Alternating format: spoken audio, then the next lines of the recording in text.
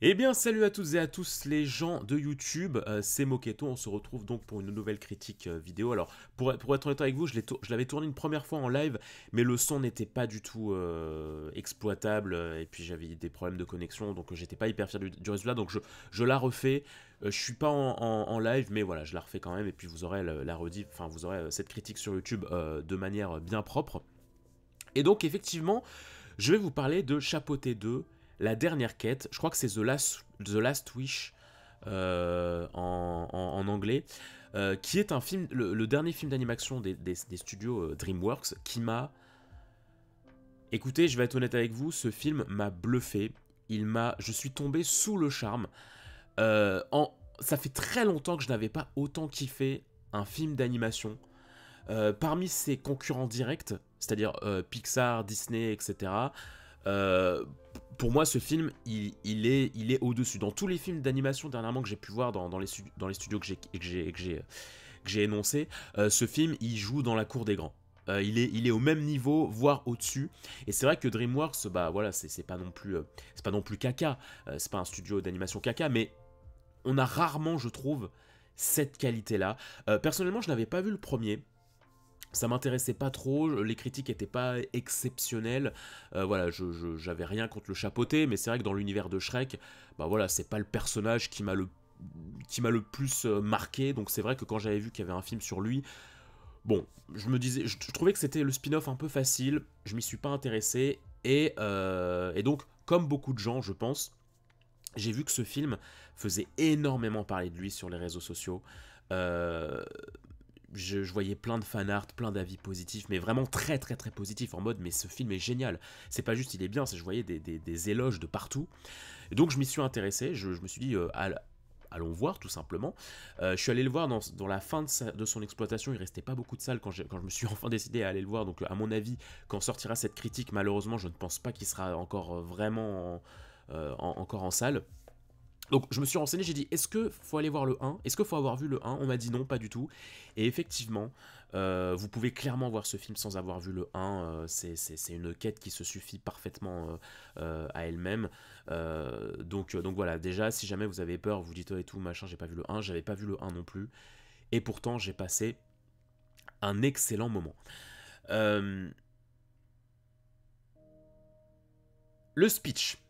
Le synopsis. Alors en fait, l'histoire, c'est tout simplement monsieur Chapoté qui, dans les 10 premières minutes du film, il sauve le village d'un grand géant. On le voit notamment beaucoup dans les bandes annonces. Il sauve le village d'un grand géant, donc voilà, il le fait de manière héroïque, etc. Il gère le géant sans problème, il sauve voilà, ce géant-là, il sauve tout le village. Sauf que, à la fin du combat, eh bien, Poté meurt. Voilà, il y a un accident bête, il meurt, il finit chez le médecin, et le médecin lui dit, Poté, fais attention parce que là, sur tes 9 vies, il t'en reste plus qu'une. Et donc là, il y a une succession de flashbacks où on voit en fait toutes les différentes morts de Poté. Et effectivement, Poté il se dit ah bah oui c'est vrai, enfin c'est vrai que c'est ma dernière vie. Et donc en fait, Poté va prendre connaissance d'un certain lieu. Alors je me souviens plus le lieu. Voilà, non, enfin c'est pas celui-là, mais je me souviens plus du nom du lieu, mais en gros c'est un endroit magique dans lequel eh bien tu peux exaucer n'importe lequel de tes vœux. Et donc, bah, Poté se met en quête de trouver la carte qui mène à ce lieu, pour trouver ce lieu et pour demander le vœu de récupérer toutes ses vies, parce que en fait, eh bien, Poté, en fait, à partir du moment où il ne va lui rester plus qu'une seule vie, Poté va commencer à littéralement angoisser. Il va se rendre compte en fait par lui-même d'à quel point en fait ça peut être effrayant de n'avoir qu'une vie, là où avant il était très insolent avec la vie, il prenait rien au sérieux, il était très hautain, enfin très imbu de lui-même, et puis il se jouait de tout en fait parce qu'il se disait mais je m'en fous, j'ai 9 vies. Et on le voit en fait dans les façons dont il meurt, dont il perd ses 7 premières vies, et même ses 8 premières vies, même celle au début du film, et bah voilà, c'est de manière complètement ridicule parce que bah, il s'en fout en fait, il s'en fout de tout. Sauf que là, le fait de prendre conscience qu'il ne lui reste plus qu'une vie, bah là il va commencer à perdre son côté héroïque, son côté confiance en lui, et donc il se dit non, je suis en train de perdre ce que je suis, je ne suis plus le chapeauté, il faut absolument que je récupère mes vies pour redevenir puissant.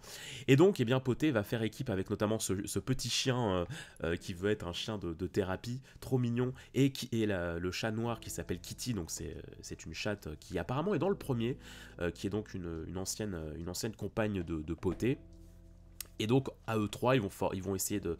Ils vont un peu se chamailler, mais ils vont faire équipe pour arriver eh bien, au lieu où Exos les veut. Et le film va être une course-poursuite. Qui va arriver le premier à l'étoile de vœux, là, entre lui, il y a l'équipe de Poté, il y a l'équipe de Bouclette, enfin donc du coup du comte Boucle d'Or avec sa famille d'ours, et puis Jack, et puis grand personnage Jack, je sais plus si c'est Jack l'Éventreur ou un truc comme ça, mais en gros on va suivre 3 équipes en quelque sorte pour savoir eh bien quelle va être l'équipe qui va pouvoir demander son vœu le plus vite possible. Donc voilà, ça c'est le pitch. Graphiquement, alors au niveau de l'animation, je vais commencer par l'animation, ça vous en met plein la gueule. C'est un film qui est complètement en adéquation avec son temps. Moi, je vous avoue que c'est l'un des éléments qui m'a été le plus vendeur quand on m'a vendu le film. J'ai un ami cinéphile qui m'a dit, l'animation, mec, c'est le même style d'animation que le dernier film Spider-Man Into the Spider-Verse, c'est-à-dire une animation saccadée.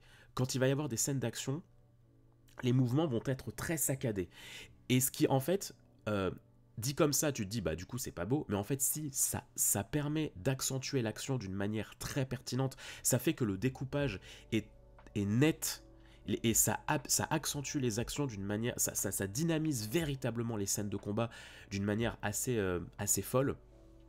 Et ça rend vraiment, voilà, là on voit ces morts débiles. Et véritablement, en fait, ça ajoute une profondeur au combat, genre voilà, tu vas avoir Poté qui s'élance vers toi, vers la caméra, et du coup en fait ça va ajouter un effet de profondeur et de dynamisme dans le mouvement qui est bluffant.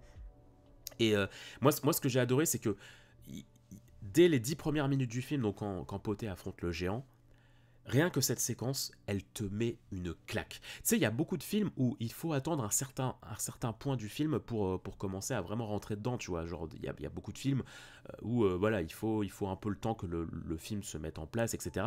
Là, dans les 10 premières minutes, même pas, dans les 5 premières minutes du film, quand l'action démarre, mais le film, il te met une claque. Genre, vraiment, il te dit, ça va être ça, mon film.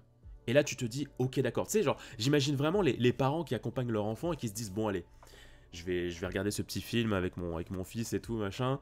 Et là, 10 premières séquences de combat. Ah, mais en fait, je vais peut-être m'amuser moi aussi. Un peu, ça a l'air intéressant quand même. Hein. Tu vois, vous voyez, c'est très saccadé, c'est très découpé l'action, mais ça rend tellement bien. Et donc, ouais, la moindre scène d'action. Quand bien même ça peut être une scène d'action avec des personnages dont tu n'étais pas forcément fan, tu vas forcément t'en prendre plein les yeux. Les environnements, pareillement, sont magnifiques. Mais le moindre environnement va être magnifique. Tu peux être dans une taverne, tu peux être à l'entrée d'une forêt sombre, tu peux être dans une clairière, dans une rivière, dans un village. Le moindre décor, ça bouillonne de vie. Ça bouillonne de vie, c'est extrêmement vivant. La direction artistique est terriblement est vraiment réussie. Et puis il y a alors je m'y connais pas forcément en animation, donc je pourrais pas vous dire le nom de ce truc, mais ils ont adopté aussi ce style qui était beaucoup présent dans la série Arcane sur Netflix, où en fait il va y avoir un mélange 3D 2D au niveau des effets spéciaux. C'est-à-dire que tout ce qui va être tout l'environnement va être en 3D, vous voyez, les personnages sont en 3D, Poté, etc., les décors, etc., ça va être un peu en 3D. Et puis tu vas avoir des effets spéciaux qui vont être en 2D, c'est-à-dire une flamme, une fumée, une explosion, là par exemple, vous voyez les explosions, etc., les effets vont être en 3D, en 2D. Et en fait ça pareil, ça va permettre de faire encore plus ressortir certains effets du décor. En fait, ça va accentuer véritablement certains éléments de l'intrigue. c'est c'est c'est tellement léché graphiquement, c'est tellement agréable à l'œil. La moindre scène, tu peux poser ton œil n'importe où, la lumière, le côté un peu coloré de certains murs, dans les décors, etc., où tu as l'impression que c'est de la pastel, le, le- le- le- le- la texture des poils des animaux, tout est agréable à l'œil. Tu rentres volontiers dans l'œuvre. Euh, le film t'emporte véritablement. C'est un plaisir de rentrer dans cet univers. Et puis, les personnages sont très attachants. Peut-être à la limite, un personnage est un peu moins attachant que le reste. Mais sinon, véritablement, j'ai trouvé que tous les personnages étaient attachants, avaient véritablement leur rôle, leur petite écriture. En fait, ça va pas être une écriture qui va être très originale, qui va voler très haut, mais c'est juste, en fait. C'est ni plus, c'est pas trop, c'est pas assez. Chaque personnage va avoir son rôle, va avoir son truc à défendre, et va forcément te laisser quelque chose. Le moindre personnage va t'avoir laissé un petit truc. Le rythme du film aussi, j'en ai pas parlé, est excellent. J'ai pas regardé la durée du film, ça doit être 1h20, 1h40, un truc comme ça, comme c'est un film d'animation. Je les ai pas vus passer. L'enchaînement des actions, l'agencement de l'action, le montage, le dynamisme du montage, tout est tellement clair. L'intrigue avance à une bonne rapidité sans forcément faire rusher. Et puis les blagues fonctionnent très très bien. Moi, c'est vrai que ça m'avait manqué ce côté, cette patte de Shrek où en fait on revisite voilà, tous les contes célèbres, La Belle au Bois dormant, Blanche-Neige, euh, le- le- La Petite Sirène, Boucle d'Or, Réponse, etc. Tu sais, tous ces contes très connus qui, dans l'univers de Shrek, on s'en moque, on rigole autour de ça. Tu vois, par exemple, tu peux croiser La Belle au Bois dormant qui a des énormes cernes en mode j'en ai marre de dormir, tu vois, genre. Tu sais, cet humour où on se moque, cet humour satirique des anciens contes, ça c'est vraiment un humour qui m'avait manqué et qu'on retrouve et qui est très bien exploité dans ce film, je trouve. C'est pas de l'humour trop lourd, c'est des jeux de mots, des gags, de situations qui fonctionnent bien. Moi, je m'attendais pas, tu vois, à autant sourire, autant rigoler dans ce film qui pourtant, tu vois, c'est pas vraiment une comédie, tu vois. C'est une aventure, on va dire. Euh, Si, ouais, peut-être un peu comédie, mais moi, en tout cas, j'étais pas entré dans le film en me disant ça va être une comédie, et puis au final, je me suis dit si, c'est vrai. Tu sais, en voyant le film, je me suis remémoré l'univers de Shrek, et je me suis dit oui, si, c'est quand même un univers assez chatoyant et satirique qui marche vraiment bien. Donc, je vous le dis aussi, enfin personnellement, il y a beaucoup de choses qui m'ont fait sourire. Je trouve l'humour très maîtrisé. Et puis, dernière chose, ça va être très compliqué. C'est une critique sans spoil, donc je ne vais pas l'aborder parce que ce film a deux couches. Et ça, c'est ce qui m'a peut-être le plus touché dans ce film et que je m'attendais pas du tout à une telle qualité. C'est-à-dire qu'il y a deux couches. Il y a le premier scénario que je vous ai expliqué en synopsis en début de vidéo, en début de critique. Et il y a un autre élément, notamment autour d'un certain personnage mystérieux, qui rend le film terriblement intéressant et qui va être compris un peu comme les Pixar en fait. C'est véritablement la patte Pixar, c'est-à-dire que tu vas avoir une première couche. Voilà, l'histoire toute simple. Bon bah ok, c'est Chapeauté qui veut récupérer ses vies, veut exaucer son vœu. Bon bah ok, c'est Boucle d'Or et les ours les méchants, et c'est Jack le méchant et tout. Tu vas te dire voilà, c'est ça, le jeune public va voir ça en fait. Sauf qu'il y a un élément dans le film que, où tu vas te dire ah ouais non, en fait il y a une deuxième écriture que là seuls les jeunes adultes, enfin tu vois, à partir d'adolescence, jeunes adultes vont comprendre. Euh, je vais pas vraiment en parler euh, avec précision parce que c'est tellement jouissif de découvrir ça dans le film.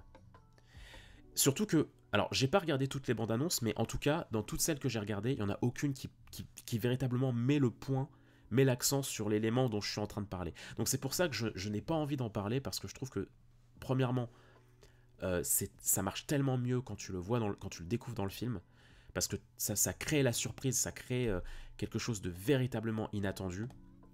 Et puis surtout, je me dis que s'ils ont fait l'effort de ne vraiment pas mettre l'accent dessus dans les bandes annonces, c'est que véritablement il y a une intention de ne pas raconter ça.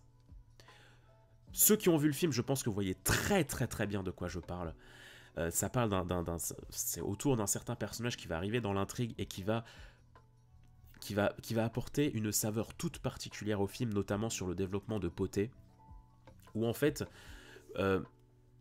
moi Poté, je l'ai adoré dans ce film, grâce à cet élément narratif que je ne peux pas spoiler, parce qu'en fait, autant dans Shrek, je m'en foutais un petit peu, il était rigolo, mais sans plus, là, je l'ai véritablement adoré, parce qu'il y a une vraie morale derrière, très intéressante, très puissante. Pour vous en parler, brièvement, il y a un moment dans le film, alors, c'est pas qu'un moment, mais il y a une scène où il est question de crise d'angoisse. Et la manière dont c'est amené, montré, la manière dont on le montre, la manière dont tu l'entends, le travail sur l'image, sur le sound design, et la manière dont c'est résolu,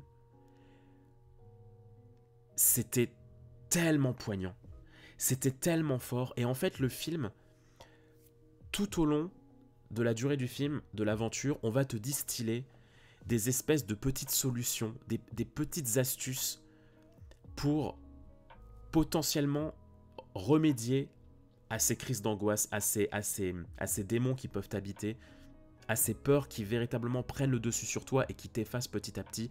Alors je suis pas en train de dire que le film fait de la psychothérapie, mais je dis juste que le film te dit à plusieurs moments, si jamais tu es dans le même cas que Poté et que tu n'arrives plus à gérer tes angoisses et que tu es prisonnier de ce qui t'habite, essaye peut-être ci, essaye peut-être ça, essaye de voir les choses de cet angle-là, essaye peut-être de te remettre peut-être un peu en question sur ce truc-là, essaye peut-être de parler de ça.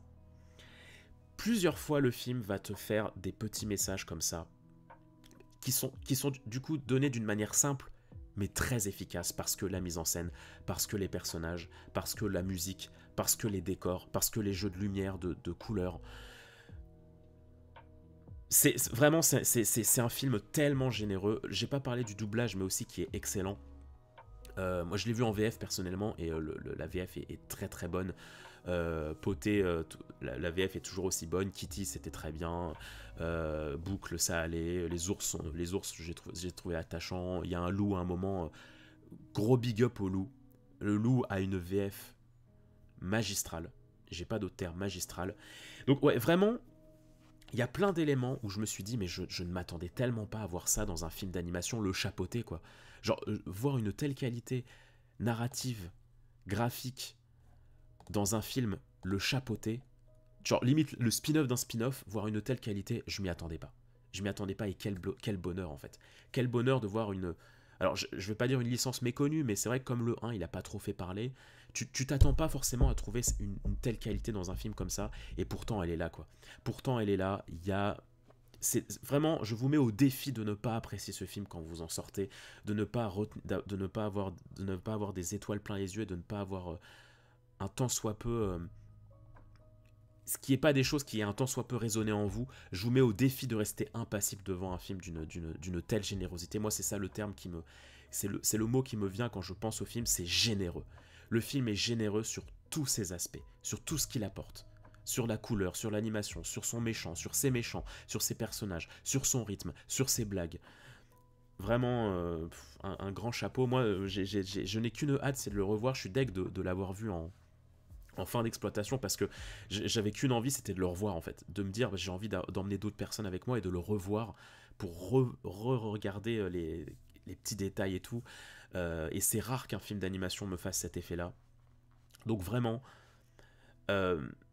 foncez, vraiment, je vous le dis, il n'y a pas à hésiter, il faut foncer sur un film comme ça. Il y en a trop peu de cette qualité en termes de film d'animation. C'est d'une intelligence, c'est d'une justesse à tellement de niveaux, à tellement de points, que je ne peux que vous recommander à fond. Et encore une fois, j'aimerais tellement développer cet aspect plus adulte, tout ce qui tourne autour de la remise en question de Poté, de ces crises d'angoisse. Ceux qui ont vu le film, je sais que vous savez de quoi je parle. Mais je ne vous en parlerai pas dans ce film, enfin dans cette critique, parce que c'est c'est beaucoup trop bien de le vivre en direct, de le découvrir. De découvrir ce... Il y a, il y a un certain moment dans le film où ça bascule sur un thème que tu ne pensais pas voir en fait. Et véritablement, et puis c'est trop mignon, et puis c'est trop mignon, j'en ai pas parlé, mais les personnages sont adorables, quoi. C'est plusieurs fois, t'es là en mode, oh, c'est très touchant. Il y a plein de fois qui m'ont vraiment serré le cœur, qui sont très mignonnes. C'est pas juste mignon, c'est pas juste drôle. Il y a, il y a plein d'autres choses en plus, quoi. Il y a plein d'autres choses en plus. Et, et vraiment, encore une fois, bah ouais, il y a très peu de films il y a très peu de films d'animation qui m'ont fait me, entre guillemets, me remettre en question sur mes richesses personnelles dans ma vie. Tu vois, genre, prendre le côté comique du fait qu'un chat a 9 vies et qu'il en reste plus qu'une et il veut les récupérer, prendre ce thème-là pour en faire quelque chose de plus poussé et te pousser une vraie réflexion autour de ça, bravo. Vraiment bravo. Voilà. Je pense que j'ai fait le tour par rapport à ma critique, donc j'espère en tout cas que ça vous aura donné un tant soit peu envie. Je vous le dis encore une fois, foncez sans réfléchir, ne vous posez pas de questions. Foncez, vous verrez de vous-même à quel point ce film est généreux. Moi je vous laisse là, j'espère que cette critique vous aura plu. On se dit à très vite pour une prochaine critique sur la chaîne, plus ou moins... bah récemment, on verra un petit peu ce que j'ai vu et ce dont je vous en parler. N'hésitez pas à visiter le contenu de la chaîne et à consulter eh bien, ma chaîne Twitch, là où je fais tous mes streams et où on discute, on échange régulièrement autour de la pop culture. Je vous fais plein de bisous, prenez soin de vous, à très vite, ciao.